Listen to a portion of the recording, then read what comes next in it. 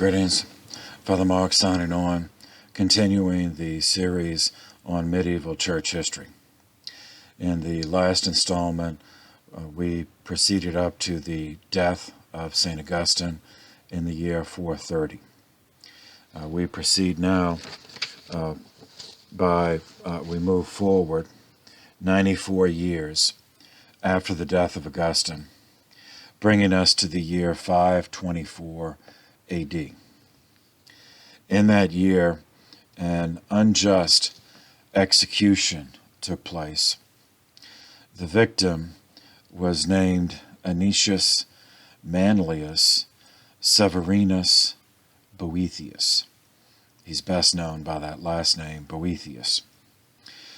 He was a patrician, Italian patrician, meaning he was descended from the old imperials. The Western Empire fell in 476 AD, but he was descended from the patrician class. He was bilingual, Latin and Greek. He was judicially murdered, meaning making use of the charade of a legal process, by Theodoric, who was the king, the Rex, of the Ostrogoth successor kingdom of Italy. So we saw Odoacer already, the one who ended the Western Roman Empire, created that successor kingdom. Now Theodoric followed him. Pope Benedict XVI offered very high praise of Boethius in the following words: Odoacer of the Germanic race had rebelled, putting an end to the Western Roman Empire. But it was not long before he was killed by Theodoric's Ostrogoths, who had controlled the Italian peninsula for some decades. Among the many characteristics of Boethius, both personally as well as his configuration in history, to which Pope Benedict called attention. The first connects with some things we've covered in the previous talks in this series, and that is about the ethnic tensions, ethnic hatreds. And Boethius was one. Even though he was descended from the imperials, he attempted to heal those ethnic tensions between his own fellow old imperials against the new invaders, the Germanic and Scandinavian invaders. So commenting on that aspect, Pope Benedict wrote in the following words: Boethius, born in the city of Rome and about the year 480, from the noble Anicius lineage, entered public life when he was still young, and by the age of 25 was already a senator. Faithful to his family's tradition, he devoted himself to politics, convinced that it would be possible to temper the fundamental structure of Roman society with the values of the new peoples. And in this new time of cultural encounter, he considered it his role to reconcile and bring together these two cultures, the classical Roman and the nascent Ostrogoth culture. Thus, Boethius was also politically active under Theodoric, who at the outset held him in high esteem. In spite of this public activity, Boethius did not neglect his studies and dedicated himself in particular to acquiring a deep knowledge of philosophical and religious subjects. However, he also wrote manuals on arithmetic, geometry, music, and astronomy, all with the intention of passing on the great Greco-Roman culture to the new generations to the new times. A second aspect of the life of Boethius, which Benedict praises, is Boethius's long-term contribution to medieval scholarship. And that was, in particular, in translating into Latin works of Greek philosophy that otherwise would have been lost. Because in the West, in what had been the Western Roman Empire, by his time, knowledge of Greek was largely gone. It was only people of his class, the kind of patricians, the kind of people who could afford tutors. In other words, someone like Boethius didn't just go to school. They had tutors, that could teach them Greek. Most in the West just lost that. It was a luxury. In other words, it was a luxury that most people couldn't afford, but Boethius could. So, and he recognized that this was a skill that was disappearing, and which would exclude from the West, for subsequent generations, many works of Greek philosophy, which Boethius understood to be essential, to be an essential part of that classical inheritance. So his long-term contribution was in translating many of these works from Greek into Latin. We know this, the importance of this, because no one else had done it. So later medieval thinkers like Anselm, Bonaventure, Aquinas, Duns Scotus, that some of the works I'm going to mention, they only knew of them from Boethius's translation. Copies, of course, got copied and recopied over, down through the generations. But if Boethius had not done it, no one else had, so many of these works would have been lost, as in fact many were, because Boethius was just one man. He could not translate the entire corpus of Greek philosophy and literature and poetry, all. So, but what they had was through him. For the first 1,000, up until the year 1000, and then after the year 1000, there were going to be some changes that we'll cover later in the course. That there were 3 other vectors through which Western scholars were able to get copies of ancient Greek works. But up until the year 1000, it was just through Boethius. Okay, so Boethius believed that knowledge of virtue and knowledge of God were attainable by the application of reason, because reason is a faculty, a human faculty, which comes from God. It's something that God gave us, just like He gave us the sense, sight, hearing, taste, touch. He also endowed us with reason, and that endowment with reason must have a reason. And so Boethius reasoned that reason, that it was a faculty, since it came from God, that could help us reach back to God. But like all the other senses, just having them does not communicate all knowledge. But they can be used. So just having the faculty of sight does not mean an infant knows how to read. The infant has the capacity to read, but has to be trained to do it. So correlatively, just having the capacity for reason does not mean one is going to automatically, like an infant is automatically going to be logical all the time. That has to be trained and disciplined through various means. And from his own background of classical study, Boethius believed that the logic of Aristotle was of the highest value in disciplining the faculty of reason to make the most use of it. And so he devoted some of his translation time to this project. So in the early medieval period, the logic of Aristotle was the only portion of all of Aristotle's writings known in the West. It would be after the year 1000 that some of his other writings made it back into the West through translations of translations of translations. And that logic of Aristotle that was extant in the early medieval period was only mediated through the translations of Boethius. So he brought them all together in one work to make it easier to be copied and transmitted.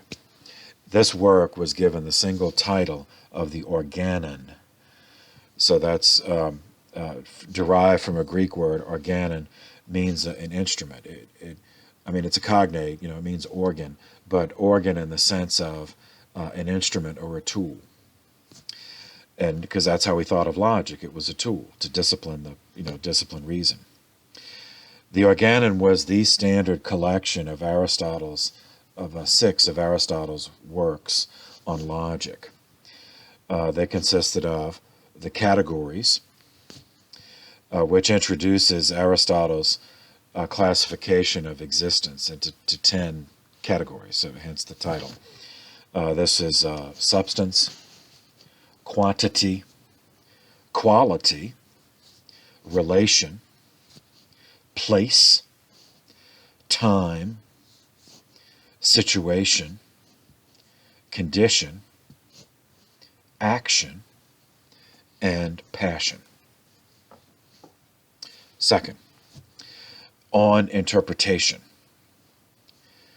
This introduces Aristotle's concept of proposition and judgment and the various relations between an affirmative or negative judgment on a proposition and the difference between a universal proposition and a particular proposition. Third, the prior analytics. This introduces Aristotle's method of deduction, which is the syllogism. You may have had that inflicted on you at some point in your education, depending on what your majors was, or some of you maybe even in high school. Sometimes it makes its way into mathematics classes, geometry. They use this idea of the syllogism and how it connects to the mathematical axiom. They're not exactly the same thing, but they're derived from the same thought process that you are given certain suppositions. You're given a universe of potentialities, and then you subtract one after the other until you only have one left, and then that's your answer. Fourth, the posterior analytics. This deals with demonstration, definition, scientific knowledge. So we would think of this as inductive logic. So say if you try to deduce, because syllogisms are not always right. It depends on the term. So that you can have a premise that's false. So you can reason the syllogism correctly from the given premise, but the premise might be false, and you might not have sufficient information to declare that from the beginning. So then you have to rely on another kind of reason. It's inductive reasoning, where you have to go out and find. The presuppositions are not given to you. So you have to go out and find them. You have to do the research. And so that's where Aristotle's science comes in. The demonstration, the definition, and scientific knowledge. Fifth, the topics. This treats issues in constructing valid arguments. And it kind of continues from the posterior analytics. It's a case where you do not have all of the facts that you would like to have, but you have to make a decision anyway. And so that's where the topics go in, is how do you so if you don't know absolutely, then you have to make an inference. And you want the inference that you make to have the highest probability of being correct. And sixth, the refutations.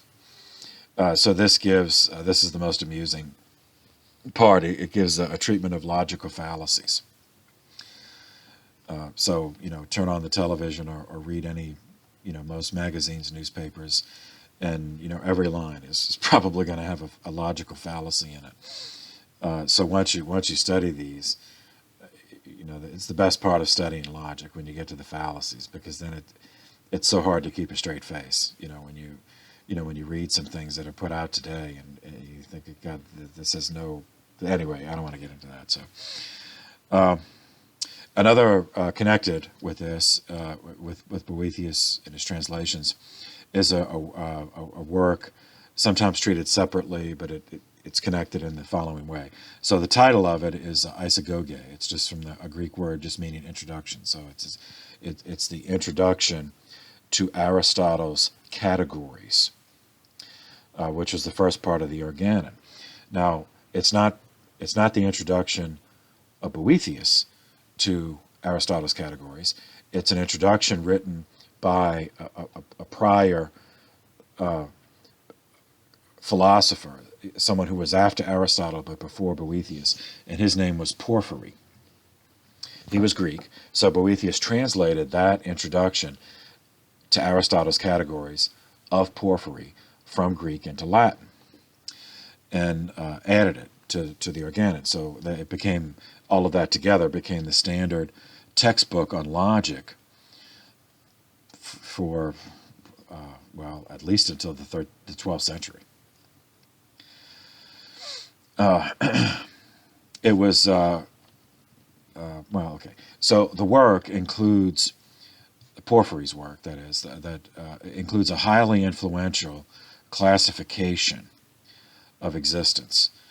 So that's what the categories, Aristotle's categories were. So Porphyry, in writing his introduction to it, he added to that. So Aristotle died in the 4th century BC. Porphyry lived in the 3rd century AD.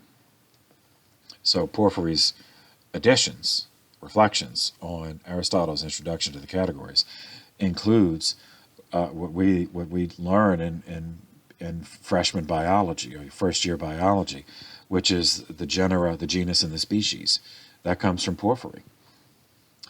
And how to hierarchical classification from substance in general down to individual. And this is known as because of a diagram that renders the logic, it's called the tree of Porphyry. And in an introduction, in which Porphyry mentions the problem of universals. So the universal in particular, or to put this another way, objective reality. Is there a way to know something is objectively true or false, objectively right or wrong, that we cannot access with our senses? Is that possible to know that? That's a huge philosophical issue that has profound theological implications, because, of course, faith. So in the introduction, Boethius wrote, quote, "I shall omit to speak about genera and species as to whether they subsist in the nature of things or in mere conceptions only, whether also, if subsistent, they are bodies or incorporeal, meaning physical and non-physical, and whether they are separate from or in sensibility and subsist about these. For such a treatise is most profound and requires another, more extensive investigation." And that was, he probably would have done it himself, but as we'll see, his life was cut short. So the issue of universals has implications, as we mentioned earlier, because of the problem of dualism. That problem didn't go away. And so this is just another iteration of that. So it's not just the spiritual and material, the corporal and non-corporeal, the natural and the supernatural. But universal, just think the good, the true, and the beautiful. Those are the three Platonic forms that Plato believed did have objective existence. But there are other philosophers who would say no, that those are just terms we come up with for the sake of convenience, because we have to call it something. But others would say that we really cannot know that something is objectively always good, always right, always true, always beautiful. And that has, depending on your answer to that question, that has profound theological implications for the sacraments, for the nature of the church, our theology of grace. So as we'll see as the course goes on, this is going to cause church councils are going to be called to deal with this issue, and many people, are going to end up becoming heretics over this because they get the wrong answer. Okay, the last sentence of Boethius, of his treatise on this, on his treatise on the Trinity, another work he did, quote, "As far as you were able, join faith to reason." That's an injunction which became, centuries later, the foundation of medieval scholasticism. Faith and reason, faith seeking understanding. Fides quaerens intellectum, faith seeking understanding. Pope Benedict summarized this contribution in the following words. In this context, in his commitment to fostering the encounter of cultures, Boethius used the categories of Greek philosophy to present the Christian faith. Here, too, seeking a synthesis between the Hellenistic Roman heritage, meaning the Greco-Roman heritage, and the gospel message. For this very reason, Boethius was described as the last representative of ancient Roman culture and the first of the medieval intellectuals. But that does not exhaust everything that Boethius did for the early medieval period. He also made an essential contribution to early medieval spirituality. Maybe surprising, since we have previously just talked about him as an intellectual, but he made a contribution to spirituality as follows, and these are Pope Benedict's words continuing. Boethius' most famous work is undoubtedly The Consolation of Philosophy. That's a title of a work, the Consolation of Philosophy, which he wrote in prison to help explain his unjust detention. In fact, he had been accused of plotting against King Theodoric for having taken the side of his friend, Senator Albinus, in a court case. But this was a pretext. Actually, Theodoric, an Arian heretic and a barbarian, suspected that Boethius was sympathizing with the Byzantine Emperor Justinian. Boethius was tried and sentenced to death. He was executed on the 23rd of October, 524, when he was only 44 years old. It is precisely because of his tragic end that he can also speak from the heart of his own experience to contemporary man, and especially to the multitudes who suffer the same fate because of the injustice inherent in so much of human justice. The loftiest good is God. Boethius, and he teaches us this, learned not to sink into a fatalism that extinguishes hope. Thus, even in prison, he was left with the possibility of prayer, of dialogue with the one who saves, capitalized one, meaning God, dialogue with the one who saves. At the same time, even in this situation, he retained his sense of the beauty of culture and remembered the teaching of the great ancient Greek and Roman philosophers, such as Plato and Aristotle. He had begun to translate these Greeks into Latin. Cicero, Seneca, and other poets, such as Tibullus and Virgil. The final peroration of the Consolation of Philosophy can be considered a synthesis of the entire teaching that Boethius addressed to himself and all who might find themselves in his same conditions. Thus, in prison, he wrote, quote, "So combat vices.